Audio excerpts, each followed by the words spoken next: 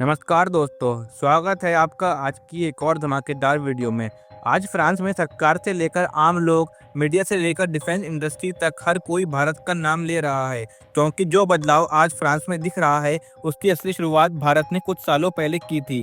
भारत ने ऐसे समय में राफेल खरीदा था जब दुनिया इस लड़ाकू विमान को जानती भी नहीं थी। फ्रांस की वायुसेना और नेवी के छोटा सा हिस्सा ही इसका इस्तेमाल करता था और दुनिया में इसकी कोई खास पहचान नहीं थी। लेकिन भारत ने 36 राफेल खरीदे और इस फैसले ने राफेल की किस्मत पूरी तरीके से बदल दी। भारत में राफेल की परफॉर्मेंस देखकर दुनिया भर के देशों ने इसे खरीदना शुरू कर दिया। कतर ने लिया, इजिप्ट ने लिया, ग्रीस ने, और अब तो सबसे बड़ा धमाका यूक्रेन ने कर दिया है, जिसने एक बार में ही 100 राफेल और दर्जनों सैम्पिड एयर डिफेंस सिस्टम खरीद लिए हैं। यह फ्रांस के इतिहास का सबसे बड़ा डिफेंस ऑर्डर है। इस डील की वजह से फ्रांस दुनिया के टॉप 3 डिफेंस एक्सपोर्टर बनने की कगार पर पहुंच चुका है और सच कहें तो इसमें भारत की भूमिका सबसे बड़ी है। 2018 से पहले राफेल को कोई नहीं पूछता था, लेकिन आज राफेल दुनिया के सबसे भरोसेमंद फाइटर जेट में शामिल है। यूक्रेन के पास कई ऑप्शन थे, F-16 Gripen, Eurofighter typhoon, FA-18 super hornet, जो या तो सस्ते थे या आसानी से मिल सकते थे, लेकिन फिर भी उसने राफेल चुना। यह फैसला सिर्फ एक डील नहीं बल्कि यह साबित करता है कि भारत ने राफेल को दुनिया के सामने इतना भरोसेमंद बना दिया कि आज देश लाइन लगाकर उसे खरीद रहे हैं। यूक्रेन के 100 राफेल आने में 5 से 6 साल लगेंगे, लेकिन फ्रांस ने वादा किया है कि तब तक अपनी वायुसेना में से ही शुरुआती 12 से 18 राफेल निकालकर यूक्रेन को दे देगा। और इसी वजह से रूस नाराज है, क्योंकि उसे पता है कि राफेल उसके लिए एक असली खतरा है। लेकिन इस पूरी कहानी का एक दूसरा पहलू भी है। भारत के लिए यह एक सीख है। हम राफेल को दुनिया में पहचान दिला सकते हैं, लेकिन अपने तेजस को समय पर पहचान नहीं दिला पाए। अगर भारत ने सही वक्त पर तेजस को राफेल की टक्कर का बनाया होता, तो तेजस MK2 को समय पर तैयार कर लिया होता और डिफेंस इंडस्ट्री में लगातार निवेश किया होता, तो आज राफेल की तरह पूरी दुनिया तेजस खरीद रही होती।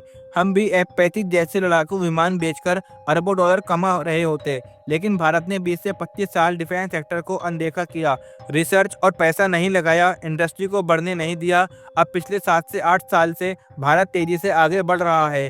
तेजस MK1A का उत्पादन बढ़ रहा है, MK2 की तैयारी है, M का पर काम चल रहा है और भारत डिफेंस एक्सपोर्ट में टॉप 10 में आ चुका है। लेकिन टॉप 3 में आने के लिए अभी 10 से 15 साल की मेहनत और चाहिए।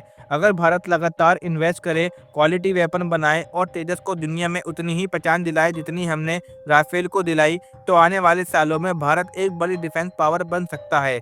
आज फ्रांस की सफलता देखकर यह साफ होता है कि भारत अगर अपने फैसले और क्षमता पर भरोसा करे, तो पूरी दुनिया में उसकी डिफेंस तकनीक की गूंज हो सकती है।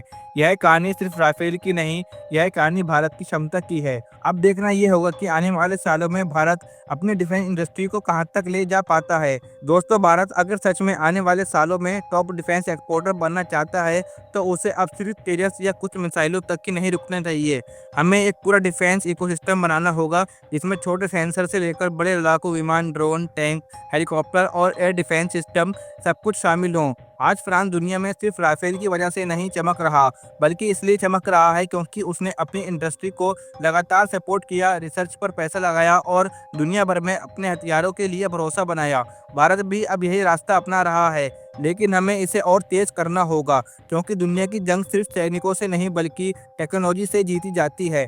High tech fighter jet, smart drone, long range missile, cyber defence, satellite warfare, सब कुछ ज़रूरी है। अब भारत के सामने सिर्फ एक चुनौती है और वो है स्पीड। हमें डेवलपमेंट की स्पीड बढ़ानी होगी, प्रोडक्शन की स्पीड बढ़ानी होगी और सबसे ज़रूरी डिलीवरी की स्पीड भी हमें बढ़ानी होगी। दुनिया इंतज़ार नहीं करती दोस्तों, जिसने समय पर डिलीवर किया वही बाजार जीतता है। फ्रांस ने यही किया है और अब भारत को इसी चीज़ पर ध्यान देने की ज़रूरत है। तो आने वाले 10-15 सालों में भारत न सिर्फ अपने लिए हथियार बनाएगा, बल्कि दुनिया की ज़रूरत भी भारत से पूरी होगी। और तब वह दिन आएगा जब किसी देश की सबसे बड़ी डिफेंस डील का श्रेय किसी दूसरे देश को नहीं बल्कि भारत को दिया जाएगा। अब सवाल ये है कि क्या भारत इस मौके को पकड़ पाएगा? क्या भारत तेजस, M का और बाकी हथियारों को दुनिया की पसंद बना पाएगा? यह तो आने वाला वक्त ही बताएगा। लेकिन इतना तय है कि भारत अगर अपनी क्षमता पर विश्वास रखे और लगातार मेहनत करे, तो दुनिया की डिफेंस इंडस्ट्री में अपना अलग ही स्थान बना सकता है। तो दोस्तों, आज की वीडियो में ये एक अहम खबर थी जो हमने आपको बताई। उम्मीद करते हैं कि आपको ये वीडियो अच्छा लगा होगा। तो अगर आपको भी ये वीडियो अच्छा लगा हो तो इस वीडियो को लाइक करें और ऐसी वीडियो देखने के लिए हमारे YouTube channel M knowledge show को सब्सक्राइब करना बिल्कुल ना भूलें। तो अब मिलते हैं अगली वीडियो में, तब तक के लिए जय हिंद जय भारत।